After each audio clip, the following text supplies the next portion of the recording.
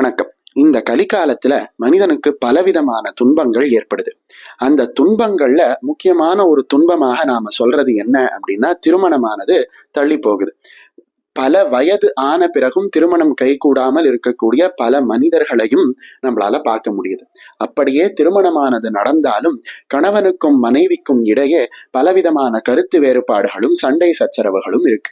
சில நேரங்கள்ல கணவன் மனைவிக்கு இடையே பிரிவு கூட ஏற்படுது. இப்படி பலவிதமான துன்பங்களுக்கும் அருமருந்தாக ஆதிசங்கர பகவத்பாதர் கொடுத்த அற்புதமான ஒரு துதி தான் இந்த அர்த்தநாரீஸ்வரர் துதி. எப்படி அம்பிகையானவள் சிவனோடேயே இரண்டர கலந்து இருக்கிறாளோ அதை போலவே அந்த அம்பிகையும் பரமேஸ்வரனும் நமக்கு ஒரு நல்ல வாழ்க்கை துணையை கொடுத்து அந்த வாழ்க்கை துணையோடு எந்த ஒரு சண்டையும் சச்சரவும் பிரிவும் இல்லாமல் நிம்மதியாக வாழக்கூடிய ஒரு வாழ்க்கையையும் கொடுக்கக்கூடிய அற்புதமான அருமருந்தாக இந்த துதியானது இருக்கு. வரீங்களா, நாம இந்த துதியை கேட்கலாம்.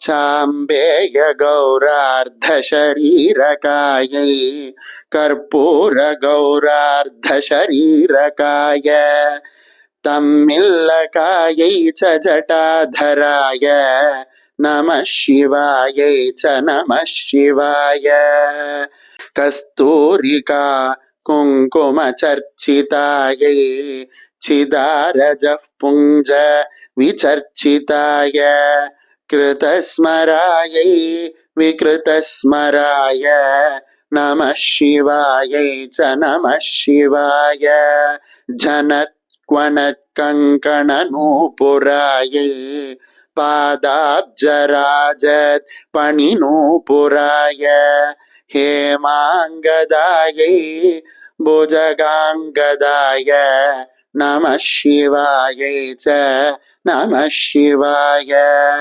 விஷால நீலோத்பலலோச்சனாயை விகாசி பங்கேருஹலோச்சனாய சமேக்ஷணாயை விஷமேக்ஷணாய நம சிவாயை ச நம சிவாய மந்தாரமாலா கலிதாலகாயை கபாலமாலாங்கித கந்தராய திவ்யாம்பராயை ச திகம்பராய நம சிவாயை ச நம சிவாய அம்போதர ஷ்யாமள குந்தலாயை தட்டித் பிரபாதாம்ரஜடாதராய நிரீஸ்வராயை நிகிலேஸ்வராய நம சிவாயை ச நம சிவாய பிரபஞ்ச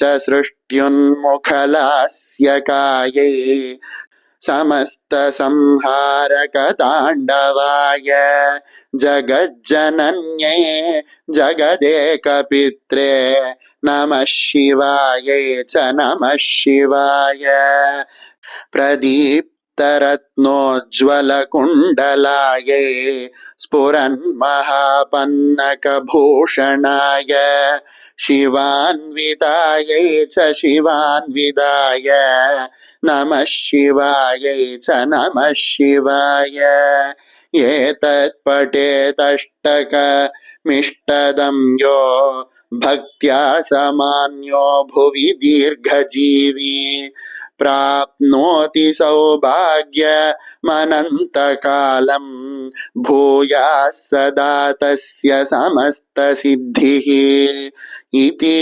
श्रीमच्छङ्कराचार्यकृत अर्धनारीश्वरस्तोत्रं सम्पूर्णम्।